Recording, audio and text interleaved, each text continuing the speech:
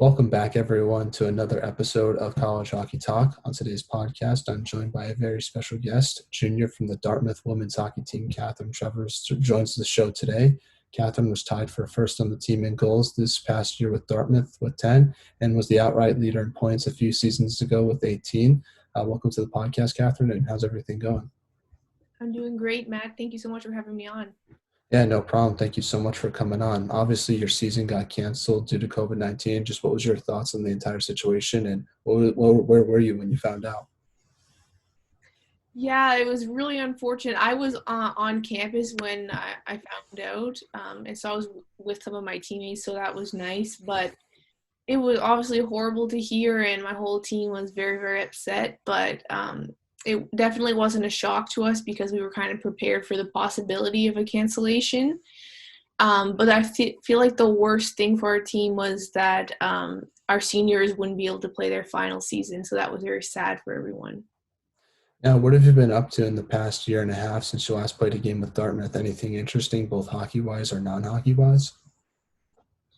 No, unfortunately, I've been away from campus for a lot of these past months because Dartmouth looked a lot different this year because of COVID. And so I've just been at home trying to keep up my hockey skills and also while taking courses.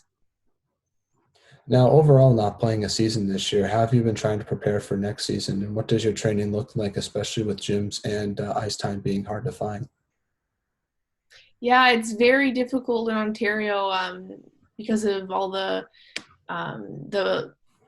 strict measures in place. So there's been no ice, and fortunately, I have my home gym that I utilize to follow our team's lifts, and so I'm really grateful for that. And I also have like a little shooting, stick handling area in my basement that I've used throughout my minor hockey career, so that's great as well. And just keeping active, like I do a lot of biking, walking, and running, cardio, stuff like that. And obviously, going into next year with Dartmouth, you're going to be a junior. What type of leadership do you want to bring? Are you more of a vocal or lead by example type of player, especially this year, just because your guys are basically getting two new freshman classes coming into the team? It's definitely gonna be an interesting dynamic for our team. But yeah, I believe I'm more of a lead by example leader. I'm not a very outspoken. I'm more of a shy individual. So I'd say I definitely believe the way I consistently bring 100% effort and my determined attitude rubs off on especially younger players. And we also have many, many great vocal leaders on our team already who lead by example, also by addressing certain things we need to work on in between periods. So our team is very well balanced in that regard. Now, obviously, what are your goals and expectations heading into next season, especially with a new head coach aboard your team? Yeah, we're all so excited to get going. It's been quite a while since we've been on the ice wearing the green, so we're all really, really ready to get going. And obviously, with the new coaching staff in place, we're definitely going to be well prepared because Coach Norton she has an amazing bio and she's very, very knowledgeable, and we can tell it already. So we're all really excited to get going. Have you had the chance to meet Coach Norton, whether it's virtually or in person? I haven't been able to meet her in person. None of us have, except no, I don't think anyone has. So just on Zoom, but I can already tell that she's going to bring a lot to the team, and we're very, very excited to have her as our coach. And what's it like being a player during a coaching transition, especially for yourself since you're going into your upperclassmen years? It's it can present challenges, but I've never really had a um, solid like coach for many years throughout my minor hockey career. I've been constantly been exposed to new coaches, so I think it's definitely not something that is out of the ordinary for me. And we're all so excited to play for Coach Norton because of how knowledgeable and her experience is. Now, I want to transition a little bit and talk about the beginning of your hockey career. So you're from Oakville, Ontario. Just how'd you start playing hockey and falling in love with the sport? Yeah, so I started playing when I was around 5, and I came from like ballet and dance. and my parents put me in Hockey 101, which was just like a little tight power skating type course, just to learn the basics of the game.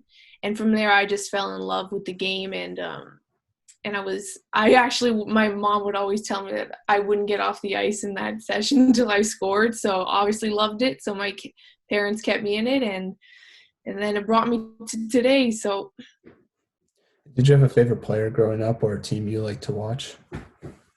yes, I definitely did. I have two favorite players actually. So Brianne Jenner is my favorite female hockey player.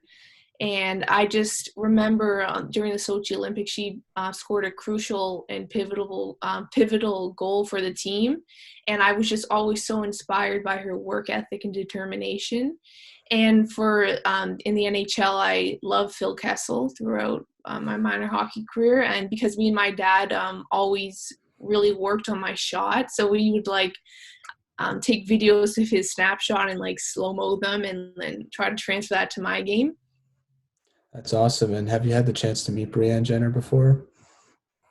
No, I haven't, but I have met her father, and he would play a crucial role in helping me in my recruitment process to Appleby College, which is my high school, and he's an amazing man. So, Now, Phil Kessel is obviously one of the most interesting people in the NHL. What's your thoughts on just the off style or the off ice lifestyle that Phil Kessel has? he is, yeah, it's very funny. It's interesting. I don't really pay attention to that. I'm just so impressed by the way he's on the ice, but he definitely can live two lives. Yeah, no, he's a great player, and it was cool to see him win 2 cups with Pittsburgh a few years ago. I thought that was really Yeah. awesome to see. Mhm. Sure. Now, before Dartmouth, you played in the PWHL for 2 organizations. Just talk about your experience in the PWHL and what you took away from it. Yeah, so I had the privilege of playing with two great organizations, and it was really cool to play with Oakville because they're such a strong organization and have produced many, many great players. So that was just awesome. And we also performed very well that year. We got silver in the biggest tournament of the season, so that was amazing. And then just playing for Etobicoke, I got to play with a lot of great players as well. And one of my teammates was my teammate for Team Canada as well. So just an amazing group of girls as well. The best memory you've ever had in the PWHL? Sorry, you cut out a bit there. What's the best memory you've ever had in the PWHL? Um, I'd say, like I said earlier, is how well we performed my first year of junior with Oakville. I've always wanted to win provincials, and unfortunately, in my earlier minor hockey career, I've never been able to get that far with the team. So it was really cool, and we had an amazing showing for fans in that game. It was just an amazing atmosphere to be in. Now, how did the PWHL help prepare you for college hockey with Dartmouth? It definitely playing in the PWHL definitely helped me be prepared to play NCAA hockey. Ontario has that is one of the best leagues in Canada. It produces many, many strong players in the NCAA. So I definitely felt well equipped to come in for my first games with Dartmouth, and the adjustment period wasn't as bad as I thought it would be. Now, something else that you did before you went to Dartmouth was you played for Team Canada in the U18 World Championships. What was your reaction when you made the team, and what is the process for making Team Canada to play in that tournament? Yeah, so the process is you basically get invited to an August camp where you spend 1 week with you're either on Team Red or Team White with all the girls fighting to make the team. So it's basically like a week of different, like lifts and games and like training with your specific team. And then while being scouted, and then they select the roster for the summer showcase with against the United States. And then you play 3 games against the US. And then from there, they spend a couple months until December scouting again for the possibility to cut players or add players to the tournament roster. And then you find out before Christmas if you've made the tournament roster. And I found out when I was I went to boarding school, so I found out at school. And Coach Corey called me and said that we'd like you to be on the team, and it was just the most amazing moment of my life. I've always wanted to represent my country, and I'm so lucky to have had the opportunity to do that. That must have been the best Christmas present you've ever received, getting that phone call at school. 100%.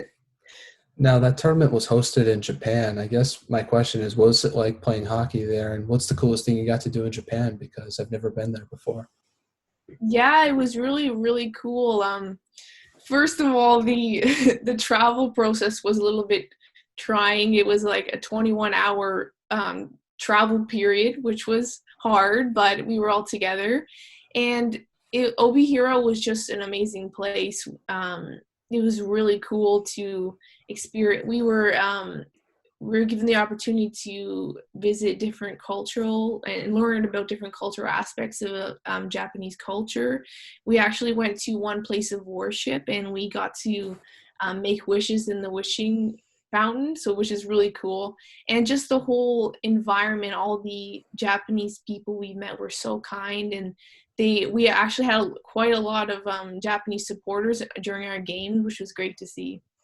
And it also helps grow the game as well because I've never seen Japan have a hockey team before. There probably is some form of hockey there, but I think it's really cool to introduce the sport to other countries. Yeah, for sure, it's great. Now, just talk about the emotions you were feeling winning a gold medal in that tournament, and where do you keep the gold medal today? Because that was the first time Canada won the U18 World Championships in a few years when I was reading about that tournament.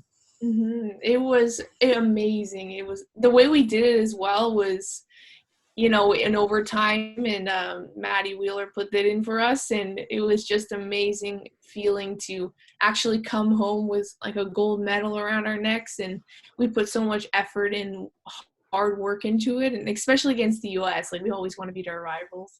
It was an amazing feeling to have won the tournament, and I'm very fortunate. My parents gifted me like a picture frame of my jersey with the medal in it, which is in our living room. So every time I go downstairs, I get a reminder of that experience and the feelings and emotions involved with it. That's awesome, man. Did anyone at your hometown want to see it when you came back? Because I feel like you were kind of like a hometown hero probably when you came back after that tournament. Yeah, some of my friends wanted to see it, and I'm kind of protective of it as it's like my baby almost. But yeah. That's awesome. Now let's transition back to college hockey for a few minutes. My first question to you is just talk about your recruitment process. What was that like, and what made you want to go to Dartmouth? Because I know the process going to an Ivy League school is a little bit different than other universities. Yeah, for sure. So, like a lot of other girls, I toured several different schools, and I just fell in love with Dartmouth when I toured it. And also, Coach Schuler was one of the reasons why I was really attracted to Dartmouth. She was very knowledgeable, had an amazing bio as well, and she really compelled me to join the team. And also, when I toured, I really fell in love with Dartmouth because of the community aspect of it. I could tell how strong knit the community was, and that's definitely a place where I wanted to be a part of. Now, what was the biggest adjustment you had to make to college hockey? Was it the speed of the game or just the quickness of the game, I guess, making quicker decisions with the puck, having quicker defensive decisions as well? Yeah, definitely. I noticed that right away when we played against our first games before the actual season against McGill. It's definitely a faster paced game, and you have to make decisions a lot quicker. But it's definitely something I got used to relatively quickly. You just have to realize that everyone's a lot faster, everyone's a lot stronger. You got to do everything quicker. So that's definitely something that I noticed right off the bat. Now, how do you balance both academics and hockey at such a high level, especially at an Ivy League school like Dartmouth? Because that seems like a lot to balance. And as a college student myself, it's just hard balancing all your academic work. I can't imagine what it's like having hockey on top of that. Yeah, well, I mean, in grade 12 and throughout my minor hockey career, especially in high school, I played for two teams. So I kind of was very used to having to do my education as well as play hockey. So definitely not something that is foreign to me, but Dartmouth gives its students and athletes a lot of different helpful resources to succeed.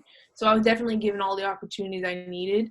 But yeah, you definitely have to get used to studying on bus trips, which is kind of hard, but yeah. Now, what's the campus like at Dartmouth? I've never been there before, believe it or not, but I've seen some photos. It looks really nice. What's it like being a student at that campus? And just what's some of the cooler parts on campus as well?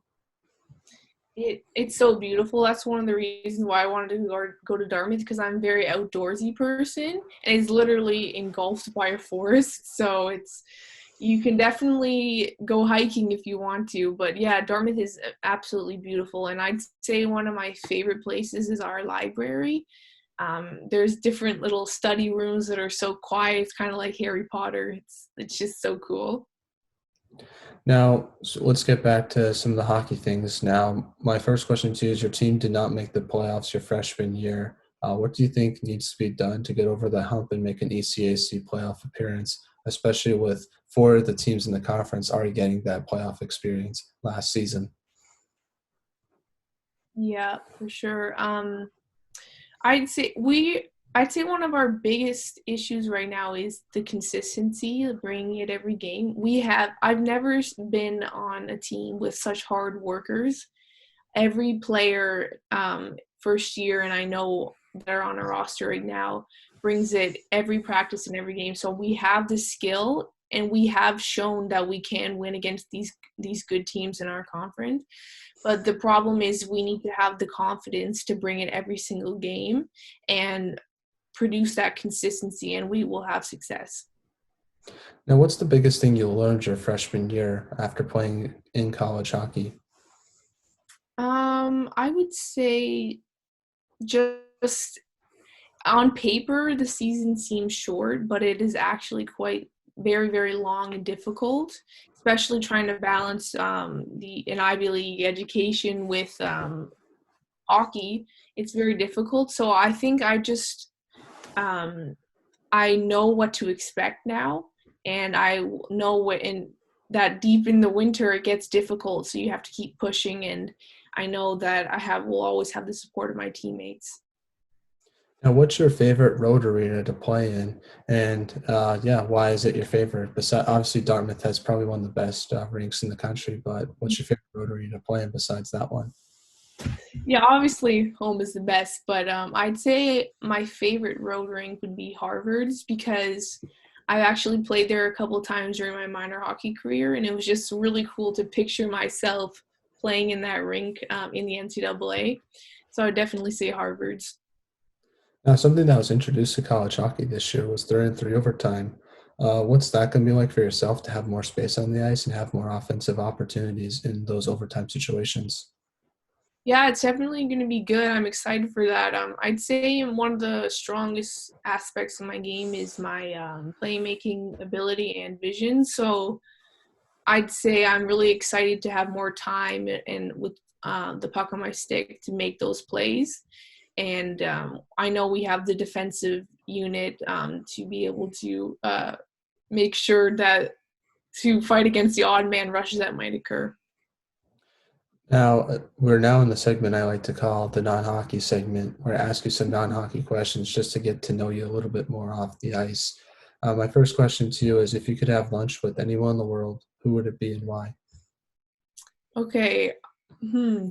It's tough. I would definitely have lunch with Terry Fox. And for those who don't know who it is, he is like a Canadian hero from the early 80s. And he was an athlete his whole life. And then he was diagnosed with cancer, and he had his leg amputated. So he, instead of like being sad for himself and like wallowing in self-pity, he started a run across the country for cancer research. And his story, because he's always in our education growing up, his story was so inspiring and amazing to me. And I just think it would be absolutely amazing experience to talk with him and see and hear about his run and the emotions involved with it. I think that would be awesome. Yeah, that's awesome. I had never heard about him before, so I definitely got to do some research after this interview. Sure. Now, what's your favorite outdoor activity? I'd say hiking. I love walking and out and being in the forest, so that's probably why I like Dartmouth so much. But yeah, I'm definitely gonna take up hiking when I'm done hockey. Now, what's your favorite class you've taken so far in college? I would say a French literature course that I took this past winter. I just loved my prof. He was so enthusiastic and exciting, so I really got into it. Are you bilingual? Uh, People always ask me that. I'd like to say I'm getting there. I'm Hmm. taking French as my major in history, but not there yet, but we're working on it. That's awesome. That's really cool. I've always wanted to speak another language, but it's just so hard to learn it when you're older versus when you're like a kid and just hearing it all the time. For sure, I agree. That's awesome. Now, what is your biggest pet peeve? What bothers you the most? What I say? Uh, I don't know if some of my team is gonna get mad at me, but the some of the movie choices on bus trips, not my favorite. If it What were up to me, it'd be different. What are some of the movies they choose? um, Not my Dartmouth teammates, but when I played for Etobicoke, we had this one road trip to Quebec, and they played Mamma Mia like 5 times. And I was trying to study calculus for a calculus test on that trip, and I was like, "Oh my God, please! This musical pairing is not working for me." Yeah, no, it's hard to study when you're watching or listening to, I guess, a musical. It doesn't add well. No, it doesn't. Yeah, no, what movies would you want to watch on the bus, I guess? Like, what's your go-to movie, I guess? Hmm. I don't know. I like Will Ferrell, so anything with him in it, something funny, like lighthearted. Yeah, get your mind off things. I respect that. I agree with that. Now, I want to ask you about some of your teammates. Who's the funniest teammate you have at Dartmouth? Oh, I'd say my classmate Georgia Krause. We'd always try to study together in the library, and it just didn't work out. We'd always end up laughing together. It's kind of a disruption to everyone as well. Besides yourself, who has the best style on the team? I'm definitely not known for my style, but I'd say Gabby Billings and Cece Boltley. Gabby, she always has the nicest game day outfit, and Cece just has so many shoes and different colorful outfits. So, Everyone was telling me like I have to get CC Bolby on the podcast. Do you agree with that? oh, for sure, she is the character. I love her so much. I definitely have to reach out to her sometime. That'll be a fun interview. Now, back to one last non-hockey question: is what music do you like to listen to on a general basis?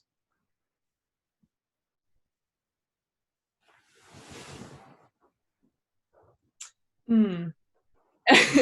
I like rock and like heavy metal type stuff. I know it's like definitely shocking when I tell people this. It's just from all the road trips with my dad, I've just been listening to what he's had on the radio, so I've just loved it ever since. That's a great choice. I love listening to rock. What bands do you like to listen to?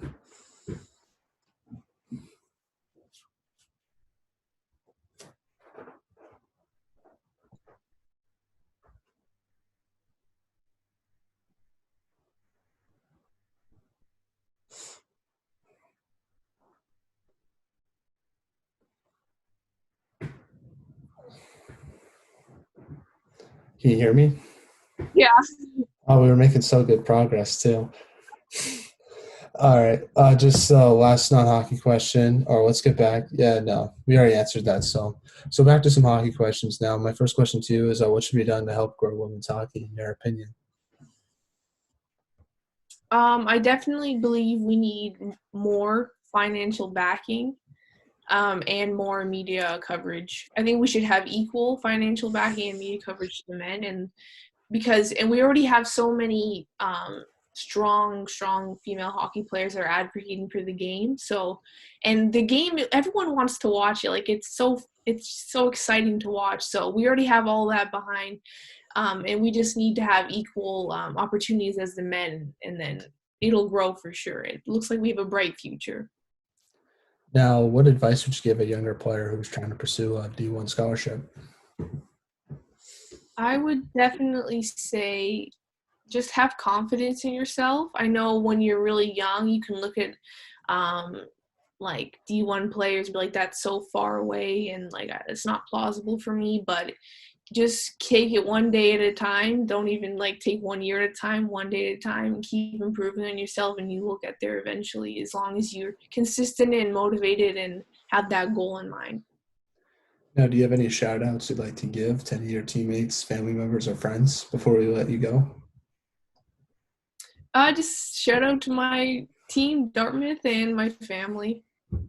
Well, I just want to say thank you so much for coming on the podcast, Catherine. I really appreciate it. I wish you all the best in this offseason and for next year, and I look forward to watching you play.